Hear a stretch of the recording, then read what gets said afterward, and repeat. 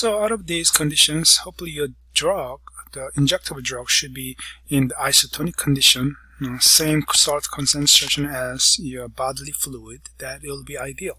Okay, so that's what is required. So that's the isotonicity. Okay, so the osmotic pressure should be maintained. Okay, because you have a lot of cells that have semi-permeable cell membrane. So your drug should not be hypotonic or it should not be hypotonic.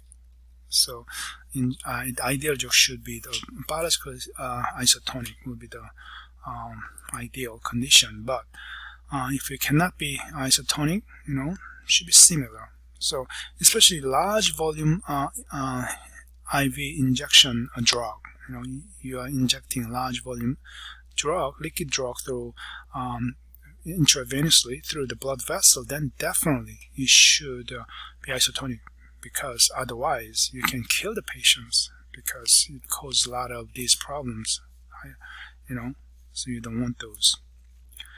So if it's not isotonic, it's going to create a lot of pain in the patient's body. It can also cause tissue irritation because a lot of cells will die around that injected area. And some physiological reaction could take place because of irritation and inflammations. Okay? If it's just very small volume drug, very small amount is injected, it doesn't have to be absolutely isotonic. Okay? Because the volume is small, it's not going to cause very extensive damage to the red blood cells. Okay? Then what's the condition of isotonic? You should have about 0.9% sodium chloride. That's the same salt concentration as your bodily fluid, and a little bit of some sugar. It's like 5% dextrose. Dextrose is glucose, it's sugar. Okay, if you have a mixture of those, that's good. That's isotonic condition. Okay. So then, how do you define small volume versus large volume? It's a 100 ml is a standard volume. If a drug is smaller than a 100 ml injection, that's considered a small volume drug, injectable drug. If your drug has a larger than 100 milliliter volume, that's considered as a large volume drug. Okay.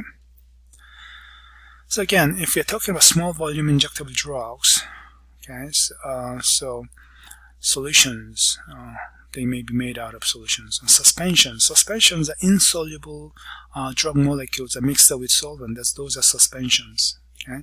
Emulsions, if your drug is strongly hydrophobic, like a fat, think about milk. Milk is basically emulsion because it is mixed up with kind of fat, lipid in your drug. Okay, we call it emulsified drug. Okay, sometimes a small volume drug may be made out of some solid. If you, for example, like a vaccine, vaccines are normally mixed up with some aluminum because those are used as a adjuvant that gives some slow releasing effect to your vaccines. Okay, so sometimes those are needed to your drug to be much more effective. Okay, so many of them are your small volume drugs are solution form. Hopefully your API is a soluble form, so it's mixed up with mostly water-based solvent. Okay, and then sometimes it's lyophilized, water is removed, or powder-filled dosage forms. So there may be some powders in there. Okay, and then the third form is again suspension. It's insoluble drug form. Emulsion is solubilized with a lipid-based solution. That's what emulsion is, like milk. And other dispersion systems. Yeah. So let's take a look at the solutions. Okay, it's a ready-to-use product. Okay, it can be liquid concentrates to be diluted in small container, IV fluid. So aqueous means it's mostly made out of water. That's what aqueous means. Hydrophilic means it loves water, so it can be well dissolved in water-based solvent. Okay. But if your drug is non-aqueous, means it's not mixed up with water. It's like a lipid, okay? Oil. Oil is not mixed up with water, right? Those are hydrophobic drugs. Okay? Then you have to use different solvent than water. Maybe oil-based solvent is what you need to use. Okay? Small volume parenteral drugs, and they may be packaged in ampoules. So ampules are these guys. Okay, in America there are not that many ampule packaged drugs available, but many parts of other countries they use ampule packaged drugs. And glass vials are sealed with rubber stoppers. We're talking about these. Okay, so these are rubber stoppers used as a cap and glass vials. And the plastic ampules, just like these. Okay, blow-filled seals, and we call them. And pre-filled syringes. These are pre-filled syringes. Okay, and needle-free injection. Sometimes when you do the injection, needle is not needed because there's maybe pressure-based injection is possible. Okay.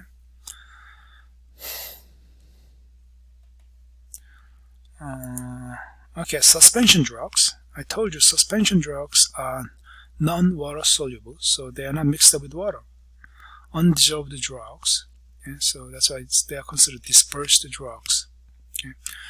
So you need to somehow deliver these insoluble drugs into the human body. Okay. For example, insulin is a very insoluble drug. And a lot of vaccines have so-called adjuvants in there made out of aluminum.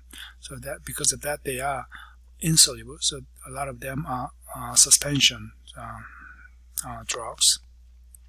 Many of them may have microspheres. Microspheres are small size spheres.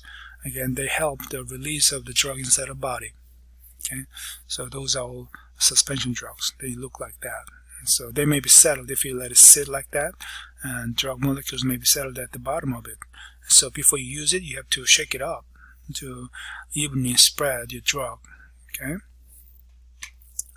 So normally suspension drugs are not administered by IV intravenously because you don't want to clog up your blood vessel. Okay. So normally it's given as a muscle drug, the injection to muscle. Okay, intramuscular drug. And then immersion drugs, again, those are non-water soluble, but they are soluble through the fat. So that's because they are strongly hydrophobic, like lipid and fats. Okay, so they're combined with the fat, oil phase, and aqueous phase. Okay, or it could be the other way around: oil in water system or water in oil. It depends on which one is in majority. Okay, if it's oil in water, so the majority of the drug is made up with water, but some of the drug is made up with oil. That's it. What oil in water is. So it's this case. So blue balls are water, and the oils is here. So the majority is the water, oil in water, and then water in oil is the majority is made up with oil. The little bit is water. That's this. So propofol is a good example of immersion drug. It's just like a milk solution. Okay? So it has a bunch of lipid in there. So most of them are oil in water immersions. We call them immersions. So if you let it sit, it doesn't settle down like suspension drugs. It's still mixed up there. It just has milk solution. Okay. Since your drug is strongly hydrophobic, if there's water in there, your drug will stay in the hydrophobic side environment. That's why you want to package maybe your drug inside of these liposomes, the so-called liposome. So it's a kind of vesicle that's wrapped up with a membranous structure. That's a liposome. So one of the vaccines against coronavirus, actually Moderna vaccine, is made up this way because a drug is made out of RNA molecules. RNA molecules is packaged with the liposome in there, and it's delivered. So there are some nanoparticles as well. It's delivered as an injection that way. So anyway, emergent drug, understand what it is. Okay, it's a strongly hydrophobic drug, normally mixed up with the fat or oil. That's what it is. And the solid, some of your drug may be lyophilized, freeze-dried. It says, pack, freeze-dried pack, so it has to be reconsidered before you use it. Okay. And the large volume drug, the injectable drug that has a volume larger than 100 ml, that's what they are. Okay. They include maybe electrolytes, carbohydrates, proteins, fatty emulsions.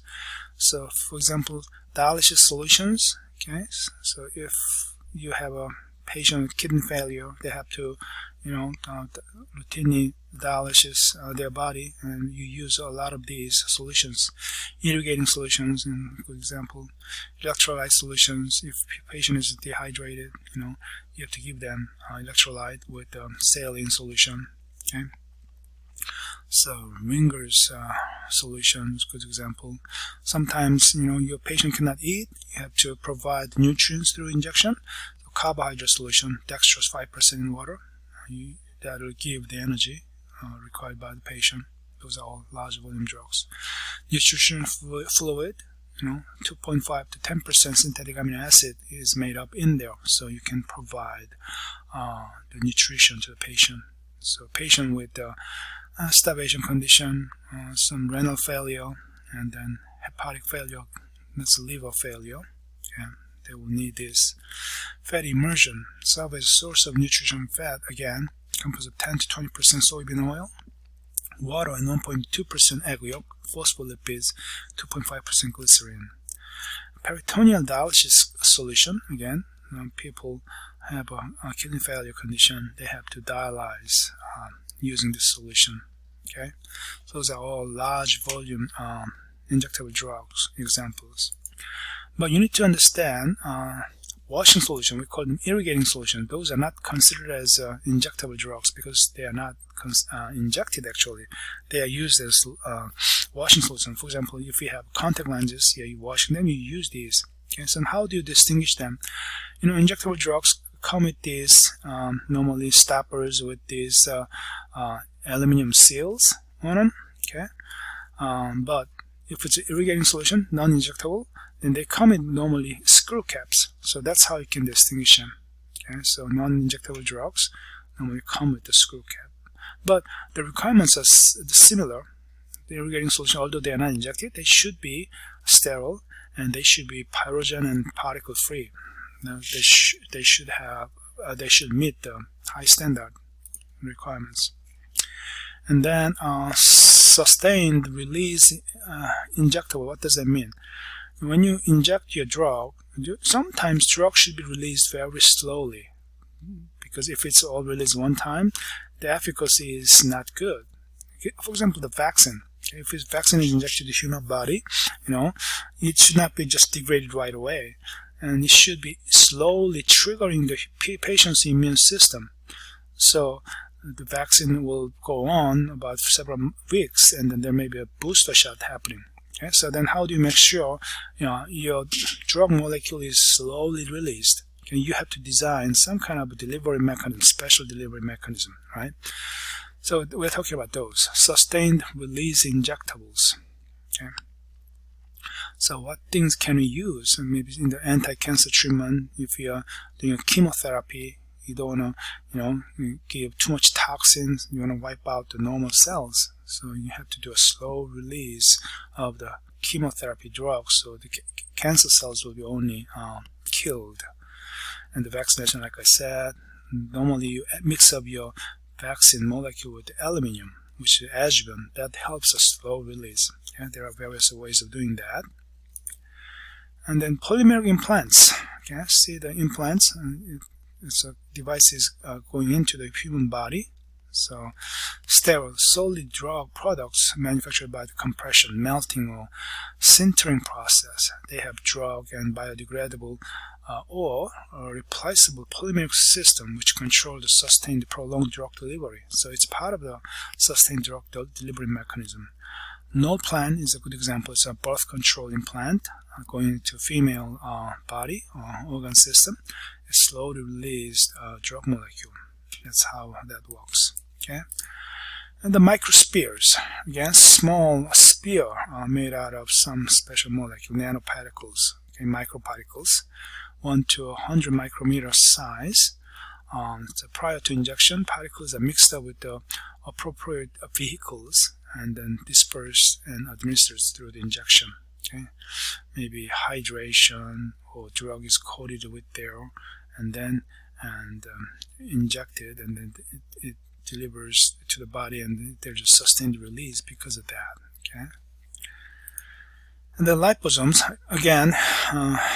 So the the fat-based drugs. So again, that's the liposome